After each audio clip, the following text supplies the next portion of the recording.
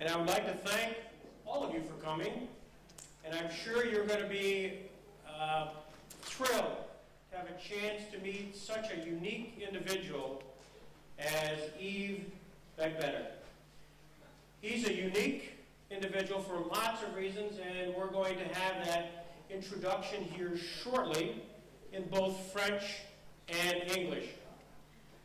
We've had you'll see around here a variety of objects which relate to the times of which he will be discussing. In our basement, we've been privileged to have for the last couple of years a gift from Terry Genethis of a variety of posters. These are examples of them, which he picked up in France shortly after the war ended, while he was there, and donated them to us a couple years ago, and they relate to the French Liberation. We're also here because certain corporate sponsors made it all possible. I'd like to recognize them: Value Engine Cooling, Advanced Manufacturing Technology, John Zabrowski. John, thank you very much.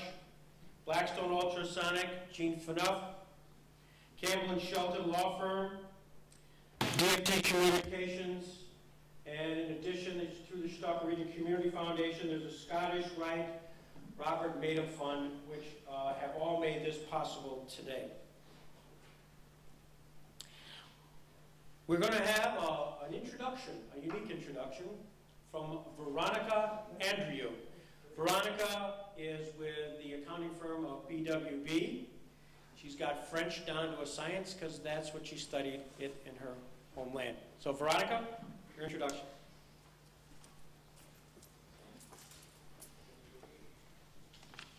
Bonjour Monsieur Beigbeder, bonjour Mesdames et Messieurs. Au nom de Greg Peterson, de Don Greenhouse et de toute l'équipe qui a organisé votre venue, c'est un grand honneur de vous recevoir parmi nous aujourd'hui. Il faut souligner que c'est toute une symbolique pour nous ici au Jackson Center. Rappelons en effet que vous étiez présent aux côtés du juge Donadieu de Vabre, représentant de la France lors du procès de Nuremberg, pendant que Robert Jackson, un natif de Jamestown, représentait les États-Unis. Pour vous présenter un petit peu, vous êtes docteur en droit public, ancien fonctionnaire de l'OMS, chargé de recherche à l'Institut des Nations Unies pour la formation et la recherche. Vous avez publié de nombreux articles et livres sur les organisations et les administrations internationales. Votre dernier livre, Jugement des tortures et des crimes de guerre, la justice française et les commissions et tribunaux pénaux internationaux de 1940 à 2005. Vous avez enseigné à l'Institut universitaire des hautes études internationales et dans des universités françaises, canadiennes et aux États-Unis ainsi qu'à Genève. Nous attendons tous avec impatience votre lecture sur la France, Nuremberg et les tribunaux internationaux. Nous vous remercions de partager gracieusement votre expertise en la matière avec nous. Je laisse maintenant la parole à Greg Peterson.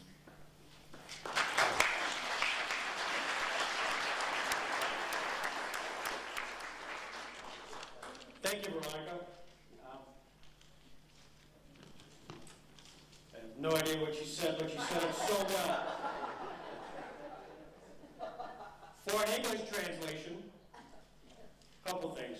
I highly recommend that if you did not have a chance to read it, that you do read Bob Plyler's Critical Eye, a different point of view in this past Saturday, which critiques this book, Judging War Crimes and Torture, which was authored by our guest.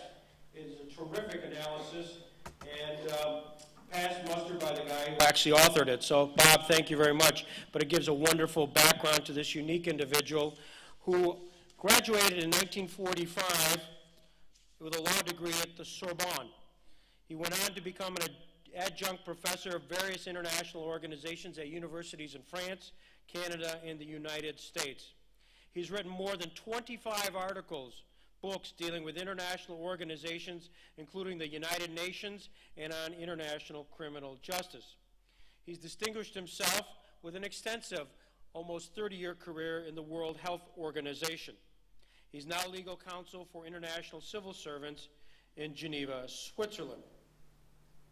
He is regarded as really a world-renowned expert on international criminal justice, UN reform, its role and status of humanitarian volunteers and organizations. He's been involved in the international monitoring of elections and judging war crimes. That alone would be enough to have him here as our guest. But the Robert H. Jackson Center, created a little more than 6 years ago, was designed to advance the legacy of Justice Jackson, which included his tenure on the Supreme Court and as chief American prosecutor at the Nuremberg trial. The mission is to understand Justice Jackson's work and its relevancy today. One quick background for everybody. The Nuremberg trial commenced in November of 1945, consisting of a tribunal of 4 allied countries: the United States, Russia, Great Britain, and France. Each country had one judge and one alternate judge. Each country had its own prosecutor and prosecution staff. Justice Jackson was the chief American prosecutor at the International Military Tribunal. Great Britain, Russia, and France had their own. Last November, delegates from the Jackson Center went to a unique conference in Moscow, where we were the only Western institution to attend, and it was great to understand and to be exposed to the Russian perspective of the Nuremberg trial. Today, we are privileged to hear for the first time, the French perspective from an individual who lived that time and was there. Mr. Beigbeder, as a Frenchman, lived through several periods of national dramas and tensions in France, including the German occupation in both the occupied and the unoccupied portions of France, the unoccupied being the Vichy government, the Algerian War, etc. However, it's for a period of time, from March 1946 through August 1946, he was the legal secretary to the French judge at Nuremberg. He's a one of a kind. As a witness to the Nuremberg trial from the French perspective, he was a witness from the judiciary side, of which we've never had anybody. We know of no one alive who can say that about, and we look forward to hearing his words. His book, which I recommend if you get a chance to read it to do so, will give you more of an exposure to our special guest background and his deep knowledge of a French perspective at a variety, whether it was the Vichy government, the Algerian trials, etc. But for today, he's agreed to talk about the Nuremberg trial from the French perspective. Ladies and gentlemen, I introduce Yves Beigbeder.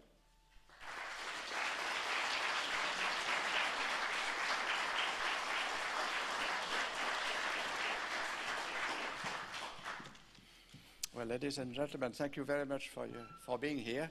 I'm very honored and impressed. I didn't know I had done so many things.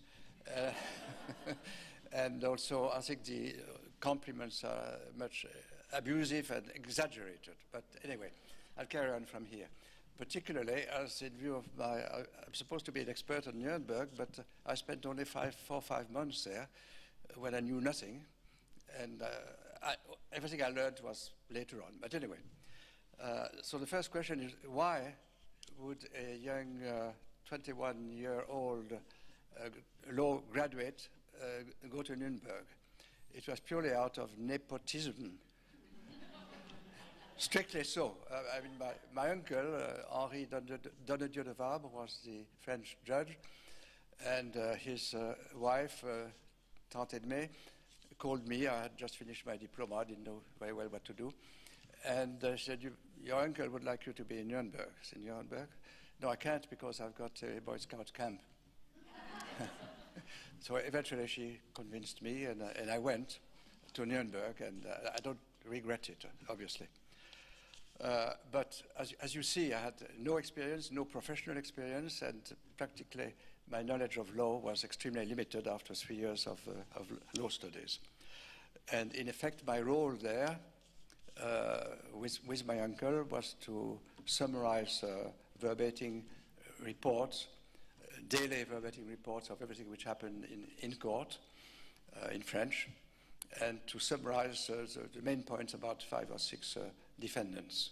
and pass them on to the judge every 2 or 3 days, and he did what he wanted to do with them. So my role, as you see, was modest. After that, I left Nuremberg in 1946, went to the United States as an exchange student, and later on a career in UN organizations.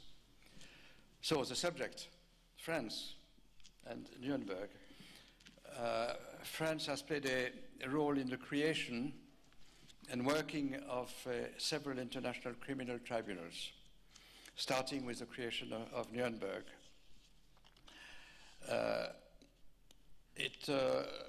I'll go on with the various steps by which Nuremberg was created. In 1945, France was a devastated and ruined country. There were still restrictions on everything, food and clothing, until at least 1947. The French people had to recover from 4 years of German occupation, and they were still in a difficult transition between the Vichy regime and the newly recovered democracy brought by General de Gaulle and, of course, by the Allies and the Allies' liberation of France. The French prisoners of war were returning from German camps, including one of my brothers who had been prisoner, and a few Jewish survivors of Nazi extermination camps were quietly returning to a France which had betrayed them. Knowledge of the Nazi atrocities in those camps was slowly and sparsely coming to light. There were mixed feelings of relief over the liberation and feelings of revenge over both the German occupiers and the French collaborators. Illegal and legal purges followed. The Nuremberg trial was to give a civilized judicial response as a substitute to the potential uncontrolled outbursts of hate and rage against the perpetrators and their accomplices. The detention and trial of the major Nazi leaders were an object of satisfaction in France and hope for retribution for many French people.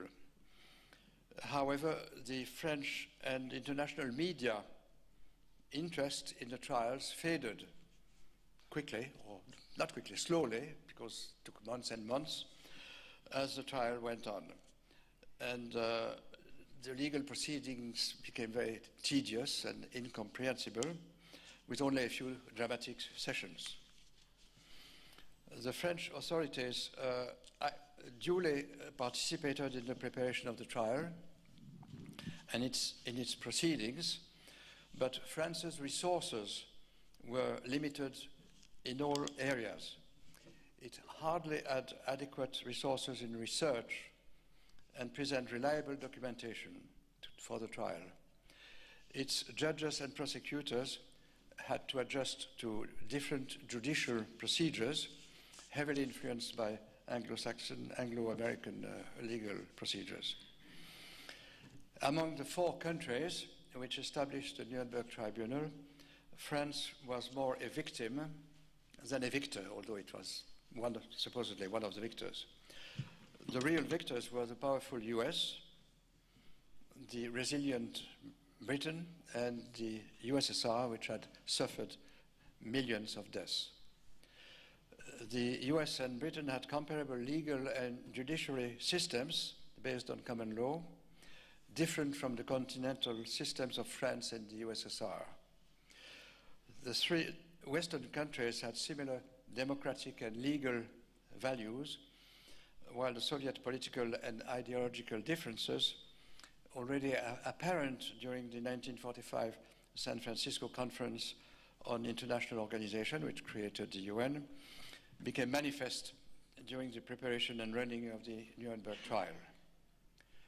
France was not only a victor and a victim, but it was also in a very ambiguous position, which the Allies had decency not to expose. Vichy's France had collaborated with Nazi Germany.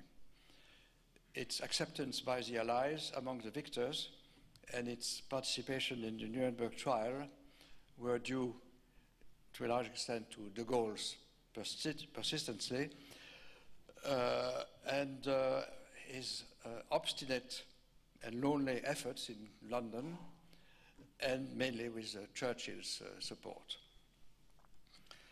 The St. James Palace Declaration issued by the representatives of the 9 governments in exile in January 1942 explicitly repudiated retribution by acts of vengeance on the part of the general public and declared that a sense of justice of the civilized world required that the signatory powers place among their principal war aims, the punishment through the channel of organized justice of those guilty of or responsible for these crimes, whether they have ordered them, perpetrated them, or participated in them.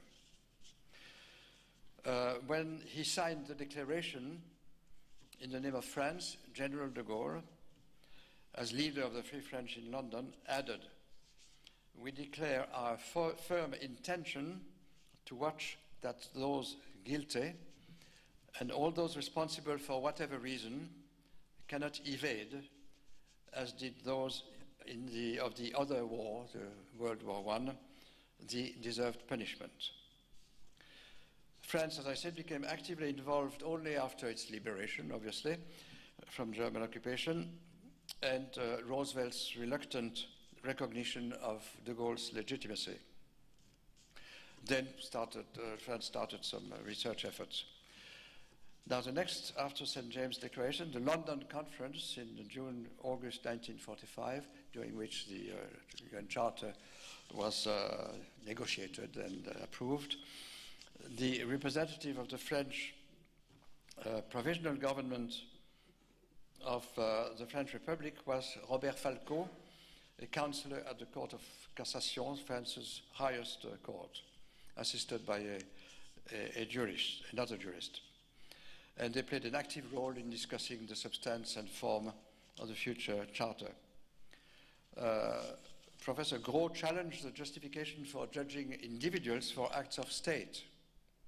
In traditional international law, the only subjects are states, not individuals. So that was a major revolution and evolution which the French and others had a bit of trouble to swallow or to accept. The French delegate said, "We think that it would be morally and politically desirable to judge individuals, but that is not international law." But international law was changing. For Jackson, judging organizations and individuals for their responsibility in crimes was the purpose and justification for the Nuremberg trials. I'll skip over the various procedural problems because time seems to be running so fast. Am I at the end? No? Okay. As a major substantial issue, the French and the Russians were opposed to the notion of a common plan or conspiracy to commit the crimes, which is one of the counts. An American and British legal concept unfamiliar to continental legal practice. For Jackson, the trial would link the conviction of groups and organizations to the actions of the major Nazi criminals, so as to facilitate the subsequent prosecution of accused individuals. The French, always contrarians, as you may know, viewed this concept as a barbarous legal mechanism unworthy of modern law, with strong words, which they had to swallow later on. Again, the French and the Russians opposed Jackson's proposal that initiating an aggressive war was a crime under international law. For Professor Gros, if the Nazi leaders were criminals, it was not because they had started a war of aggression, but because in launching this war, they had committed atrocities and other violations of the law of war. To this legal argument, he added, the Americans want to win the trial, to base the trial on the grounds that the Nazi war was illegal, and the French people and other people of occupied countries just want to show that the Nazis were bandits. Negotiations ended with the signature on 8 August 1945 of the London Agreement by the four powers, to which was annexed the Nuremberg Charter. 19 other governments later adhered to the agreement, thus reinforcing its international credentials. Now, I won't go much into the Nuremberg Charter because obviously you're very familiar with the 4 counts, conspiracy to commit crimes, crimes against peace, war crimes, and crimes against humanity. The sentences were death or jail or, of course, acquittal. Jackson had won the debates at the London conference. The objections of the French and the Russians had been set aside. The crimes included wars of aggression, and the concept of conspiracy was part of the crimes, at least for the prosecutors. Now, who were the French judges? The French judge was Henri Donnedieu de Vabre, a renowned specialist in international criminal law at the Paris Sorbonne Law School, when there was only one university in Paris, and that was the Sorbonne.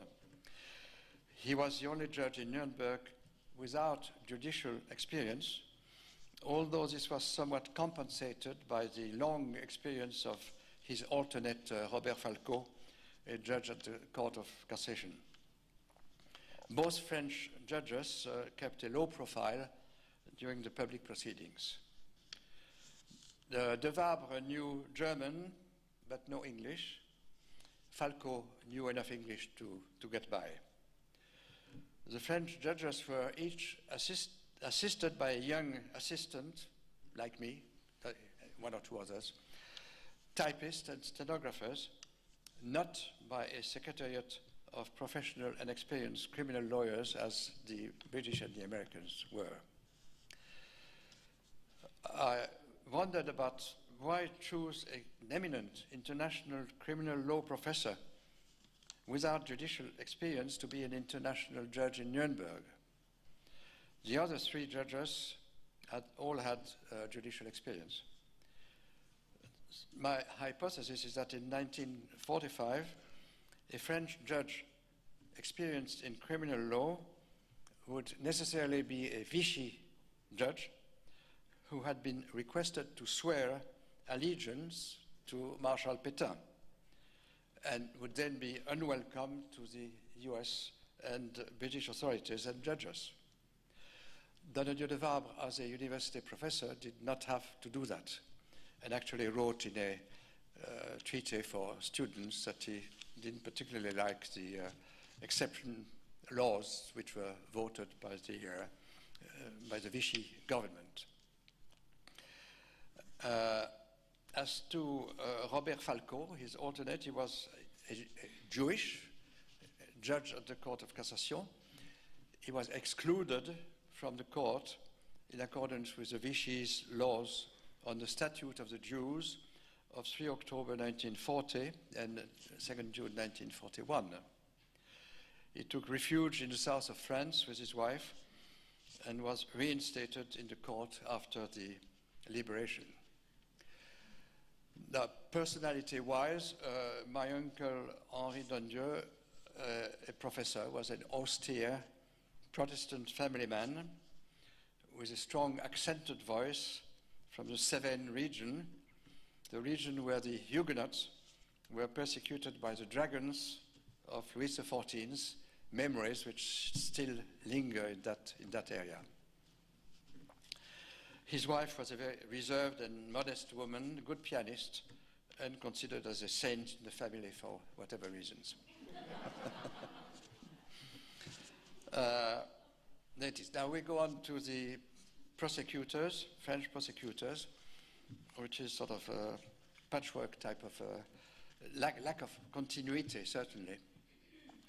France was first represented by François de Menthon, a university law professor, an active resistant during the German occupation, who joined de Gaulle in Algeria after the invasion of Anglo-American forces in North Africa in August 1943. After the liberation, he was appointed Minister of Justice in September 1944. De Menthon was in Nuremberg from 29 August 45 until 20 January 46, when he returned to political life in France. So I would suspect that for him, political life in France was more important than Nuremberg. Although de Gaulle forced him, said, you go and deliver your introductory speech, and then after you do what you want. But he was sort of pushed hard. He was then replaced by Auguste Champetier de Ribes, a politician and a lawyer. On 10 July 1940, Champetier de Ribes was courageous enough to be one of the 40 MPs, parliamentarians, who voted against the constitutional law granting full powers to Marshal Pétain, and of course were ostracized after that vote.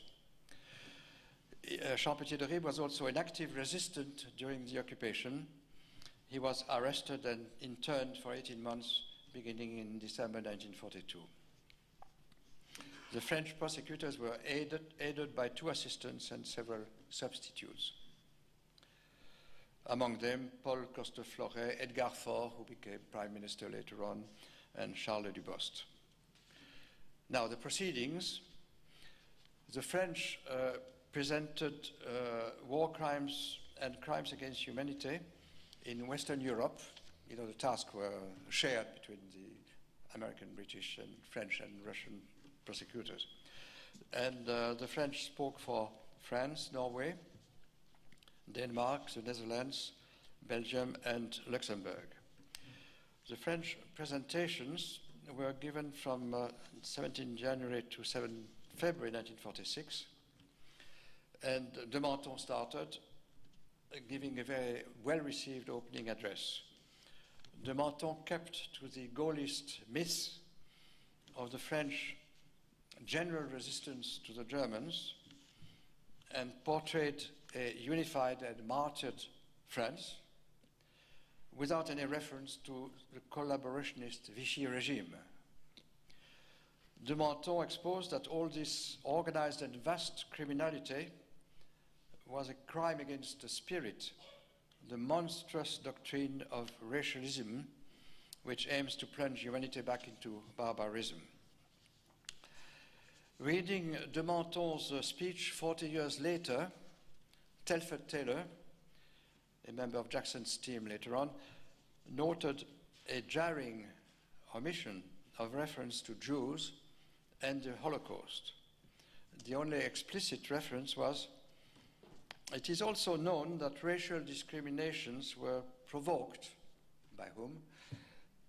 Against citizens of the occupied countries who were catalogued as Jews, I add, by whom? Measures particularly hateful, damaging to their personal rights and their human dignity. So no reference that Vichy government was mainly responsible for those. Taylor, however, did not mark this fact when hearing the address. Other prosecutors, Charles Dubost in January 46, argued that the defendants systematically pursued a policy of extermination as a policy of domination, expansion beyond war itself. The greater part of his presentation related to the German concentration camps, while shorter portions dealt with hostages, assassinations, and prisoners of war. Evidence on concentration camps was given by witnesses and films, and in particular by a communist member of the French resistance, Marie-Claude Vaillant-Couturier. In March 43, she was sent to Auschwitz and then to Ravensbrück. She told of the torture and murder of resistance members, the convoys to Auschwitz, the gassing of the Jews, the sicknesses and the medical experiments. Another French deputy prosecutor, Edgar Faure, showed on the basis of German documentation that if Nazism had a philosophy of criminal action, it also had at its disposal a criminal bureaucracy. And in contrast with de Menthon, Faure was explicit about anti-Semitism carried out in France by legislation and police action. And he produced a document which was used later on by in Klaus Barbie's trial. During the examination and cross-examination of Ribbentrop in March-April 1946, Faure successfully challenged Hitler's foreign minister, who had claimed not to be anti-Semitic. He produced a record of a meeting of Hitler and Ribbentrop with Admiral Horthy in April 1943, which had been presented to Göring previously during the trial. When Horthy had asked what he should do with the Hungarian Jews, Ribbentrop had declared the Jews should be exterminated and taken to concentration camps. Now, going back to the French, Telford Taylor acknowledged that the French on the bench had no reason to be ashamed of their countrymen at the lectern. The French evidence was, despite the administrative difficulties, well organized and forceful, and the presentation was both dignified and skillful. In his final assessment, Taylor somewhat qualifies this praise. The 4 groups of prosecutors teamed surprisingly well, but their motivations and outlooks differed sharply, and only between the British and some of the Americans was there warmth and camaraderie. The French, still pulling together after the shock of the German occupation and the resistance, were the most reticent and least effective. In fact, language problems certainly prevented any close camaraderie between the US, British, and the French prosecutors and also the French judges, and also limited social contacts. The French and Soviet prosecutors demanded the death penalty against all the defendants. The American and British prosecutors requested a verdict of guilt without assigning specific punishment. Now, next stage, and certainly I wasn't there, I mean only the judges and the alternate judges were there with a few secretaries. The deliberations, after remaining silent during the public proceedings, Donadieu de Vabre and Falco found a voice. They took an active part in the secret deliberations, which were known only many years later. De Vabre produced a memorandum moving that count 1, the conspiracy to commit aggressive war, be stricken, to Jackson's great shock, of course, because that was an essential part of his evidence. He said that de Vabre argued that the crime of conspiracy did not exist in international law, and that the evidence had shown there had been no common plan. Hitler was the totally dominant person in the planning stage. Opposition to de Vabre proposal was violent at times, but his arguments were considered. In a compromise agreement between the judges, conspiracy would only be applied to crimes against peace. Conspiracy must be clearly outlined in a criminal purpose. It must not be too removed from the time of decision and action. The crime of participating in a criminal organization was limited in its interpretation.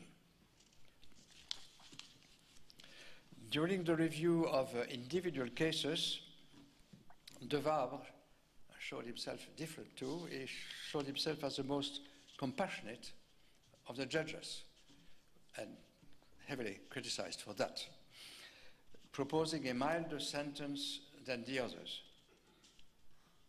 Of course, the Russian judges wanted them all shot. De Vabre joined with the Russian judges in not wishing, as a matter of principle, to acquit anyone, but he did not agree with the Russian intent to have all the defendants sentenced to death. There was also a disagreement about the method of carrying death sentences. The military defendants wanted the capital sentences to be carried out by shooting rather than by hanging. The latter deemed dishonorable for a soldier. De Vabre wanted to distinguish between honorable and dishonorable penalties. For instance, he felt that Jodl and Göring should be shot, not hanged. And the other three judges rejected these views. Now, I won't go into the judgments. Probably there has been a lot said about that, but you know there were three acquittals, a number of sentences to death, a number of sentences for various durations. The French press focused, after the judgments were published, on individual portraits of some of the defendants.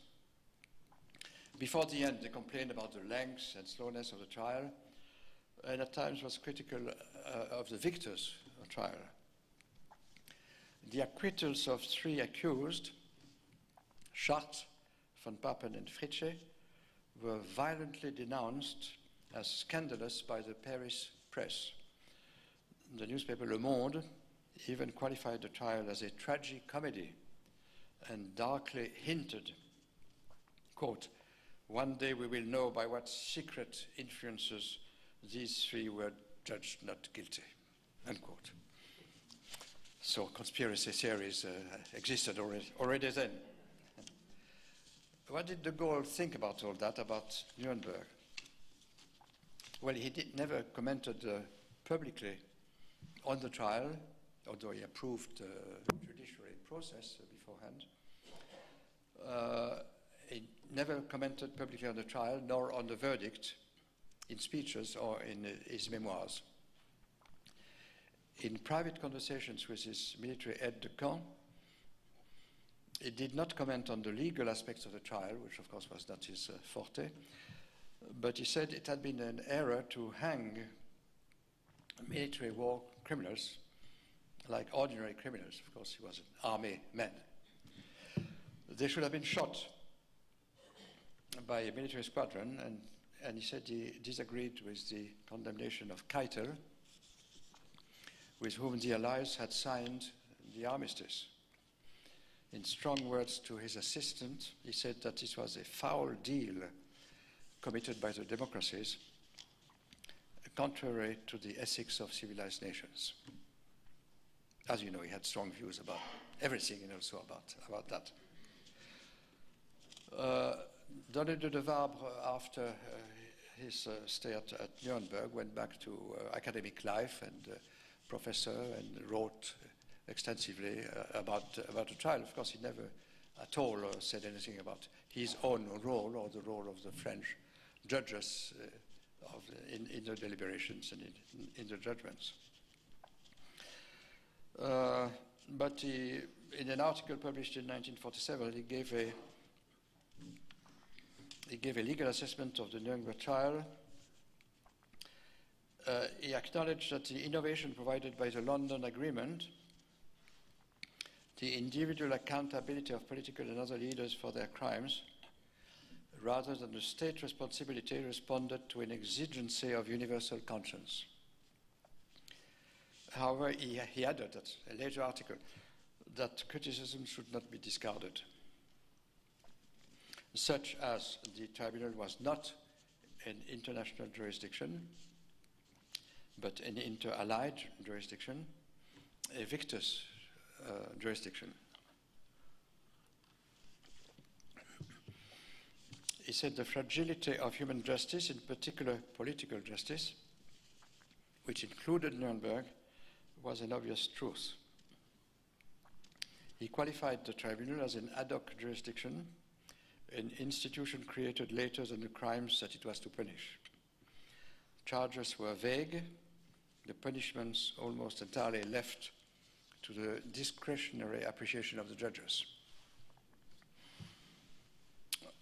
De Waal recalled the words of the Nuremberg judgment that the charter was not an arbitrary exercise of power on the part of the victorious nations, but in the view of the tribunal, it is the expression of international law existing at the time of its creation, and to that extent is itself a contribution to international law. In his conclusion, he wrote that the affirmation of the Nuremberg principles was illusory unless a permanent institution was created which would be entitled to apply them. Of course, he never knew about the creation of the International Criminal Tribunals in the 1990s, but he pushed for the creation of an International Criminal Court in various seminars and writings. Now, quickly, after Nuremberg, France has been involved directly or indirectly in the events leading to the genocide in Rwanda and in the wars which followed the partition of the former Yugoslavia, including the Srebrenica massacre. Both events led to the creation of the first ad hoc international criminal tribunals set up after Nuremberg and the Tokyo Tribunal. French influence is, however, less direct concerning those Yugoslavia and Rwanda tribunals than for the Nuremberg and Tokyo tribunals, except that France, as a permanent member of the UN Security Council, which created these tribunals, participates in their organs and their functioning. In the case of the tribunal for Rwanda, France has been embarrassed by its political and military support to the Hutu government before and during the genocide of the Tutsi. The degree of its involvement has been investigated by a French parliamentary commission and in part by international commissions. Two Rwandans have recently introduced a complaint against France for complicity of genocide to a military tribunal in Paris, still not proceeded very, very actively. In the case of the Tribunal for Yugoslavia, France has not participated fully in the arrest of accused individuals indicted by the tribunal. That's an understatement. In view of its long alliance and friendship with the Serbs, going back to the First World War. France's leading military role as part of the UN Protection Force and the responsibility of the UN and France has enabled to prevent and the Dutch of course, to prevent the Srebrenica massacre has been investigated by international and national commissions. France has been present and both active and at times reluctant in the negotiations leading to the Rome Agreement, which created the International Criminal Court. Its reluctance was due to objections and fears by the French military to be subject to international justice, which they consider as illegitimate. They report to their own military staff, to the political powers, but they could not consider being brought into international courts. A misunderstanding, as the ICC would only be competent if national justice were deemed incapable or unwilling. Same argument goes for the US, of course.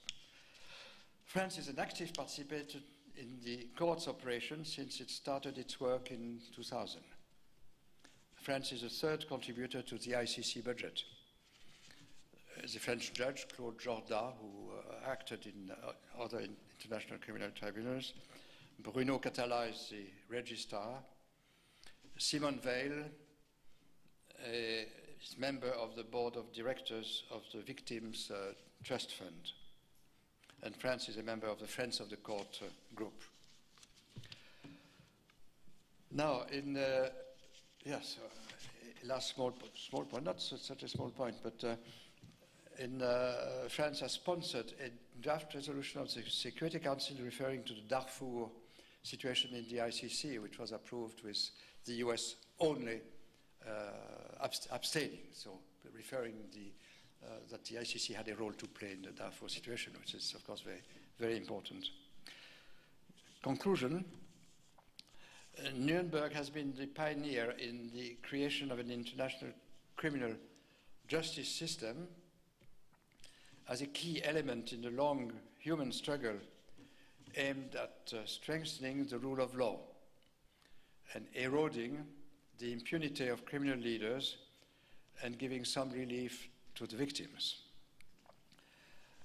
I'm pleased, even more than that, I'm proud that my country has shared in this effort and trust that its governments, with the cooperation of friendly democratic states and the necessary stimulus of human rights non-governmental organizations, will continue to work in this direction, and particularly in supporting the work of the International Criminal Court. Thank you very much.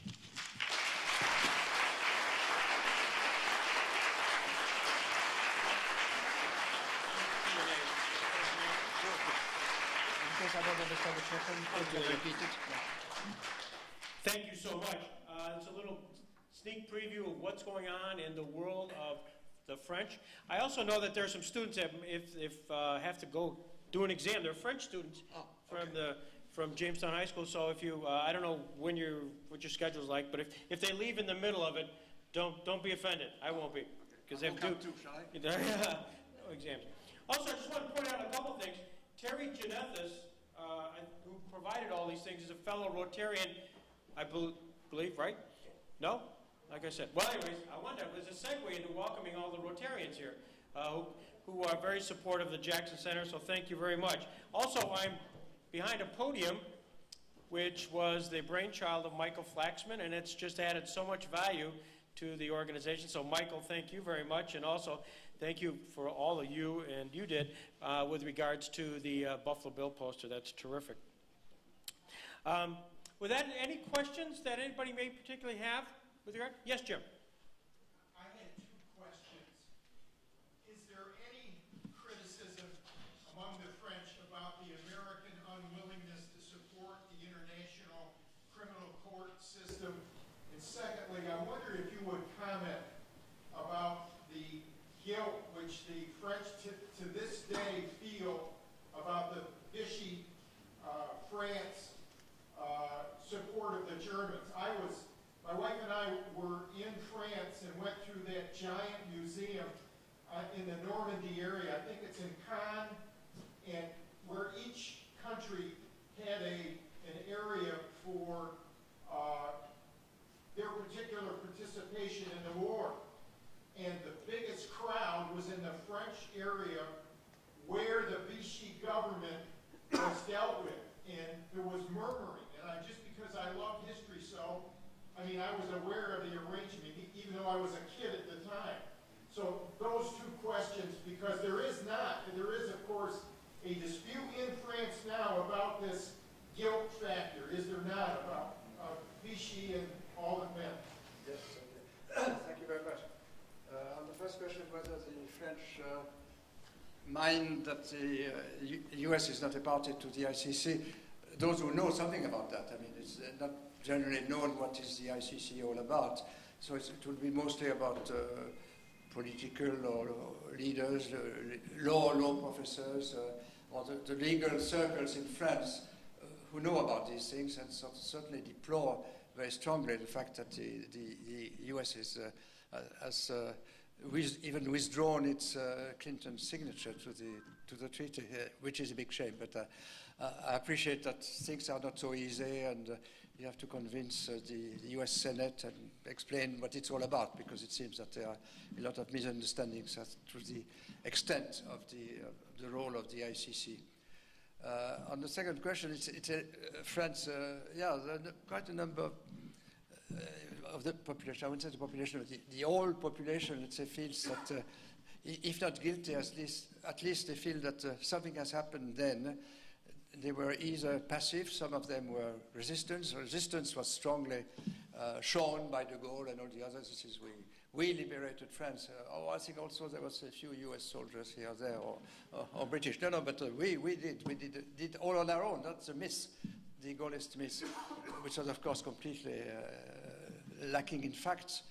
And it's taken a long time, and there were a few films which were done 20 years later.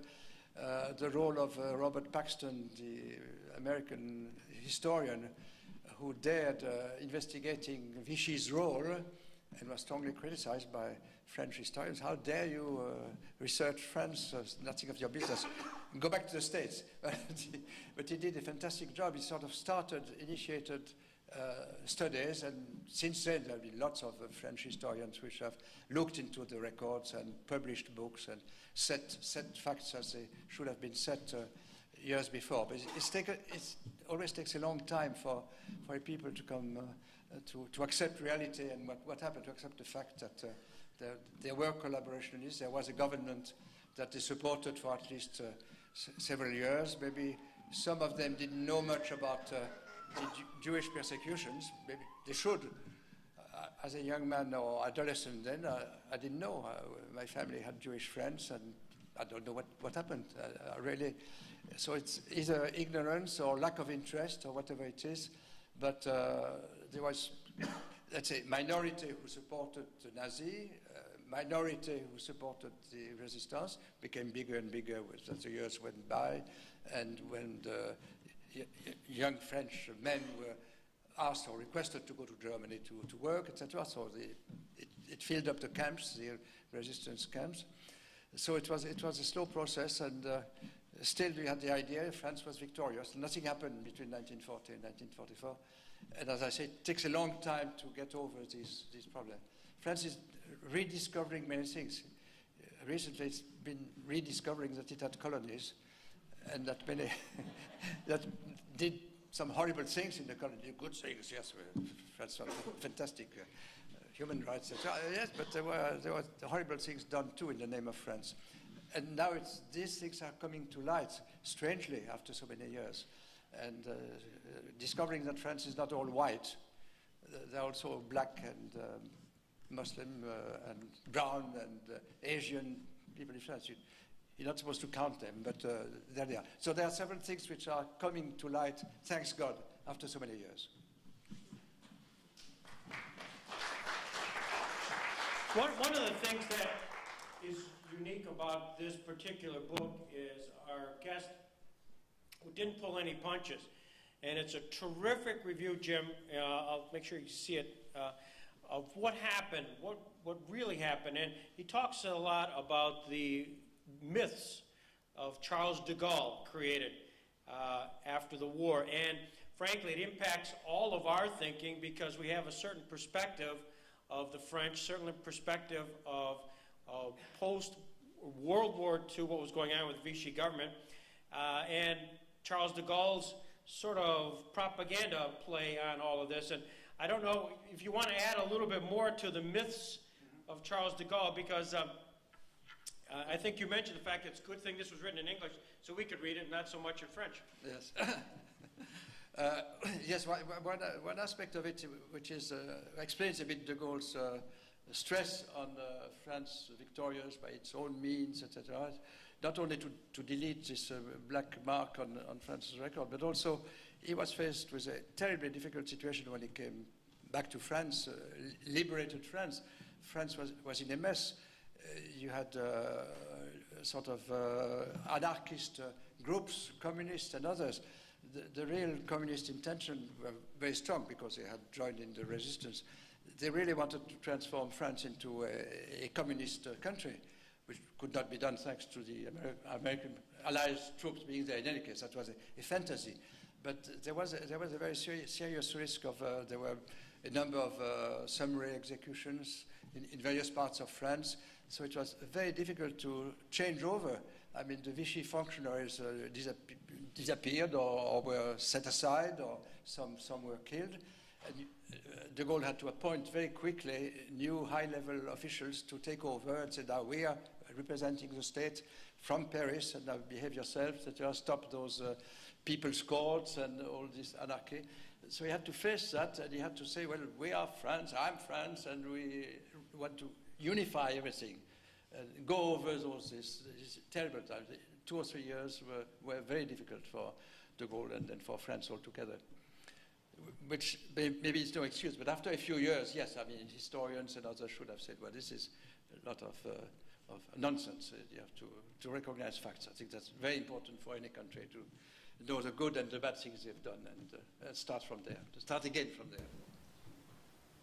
Any other quick questions? Yes? Yes, I have a question on the sentence that Albert Speer received, 20 years. Was your uncle in agreement with a 20-year sentence rather than death for Speer? We don't know. We never mentioned it to him.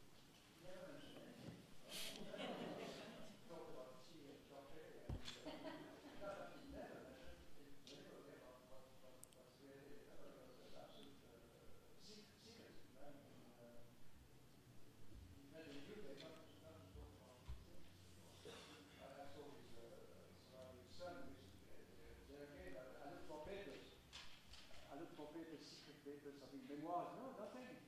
He just wrote scholarly articles, and he said he's only used, not as a judge, but as a professor, about what happened in Nuremberg, taking vaccines. But no, What about your own views? Do you think Speer should have received the death sentence?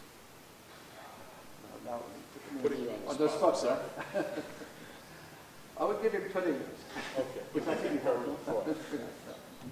This is hard to say, but of course it played a very important role. He was very close to Hitler, and that used all the prisoners of war or others. So. But I was not a judge, but thanks for that. For those who didn't fully hear the question, you're dealing with the 20-year sentence that was given to Albert Speer, whether it was there was any conversation between uncle and nephew regarding that, and the answer was no. There was virtually no conversation between the two. He kept all of his deliberations very secret, and frankly, nobody knew what was going on in the chambers until a diary by the the British alternate, Burkitt, actually died, and it sort of leaked its way out. And now, when we have this great knowledge of what was going on behind the scenes, it really was more than 30 years after the fact that this particular alternate, Judge Burkitt, exposed all of that information. I got to tell you, last night we had a wonderful interview, which if you turn on Channel 19, you'll probably have a chance to see it, and we dealt with the wonderful life that this gentleman lived, a life which involved living in both occupied and unoccupied France, seeing the implications of being a Frenchman during the Nazi regime, taking that information and in turn turning it into a career and a life relating to international criminal law and becoming a real impact on the international scene. And so on behalf of the Robert Jackson Center, on behalf of all the sponsors, on behalf of everybody who showed up here today, I want to thank you. I thank you for giving us a unique insight into the French perspective of the Nuremberg trial and international criminal justice as a whole. Thank you so much, Yves. Appreciate it.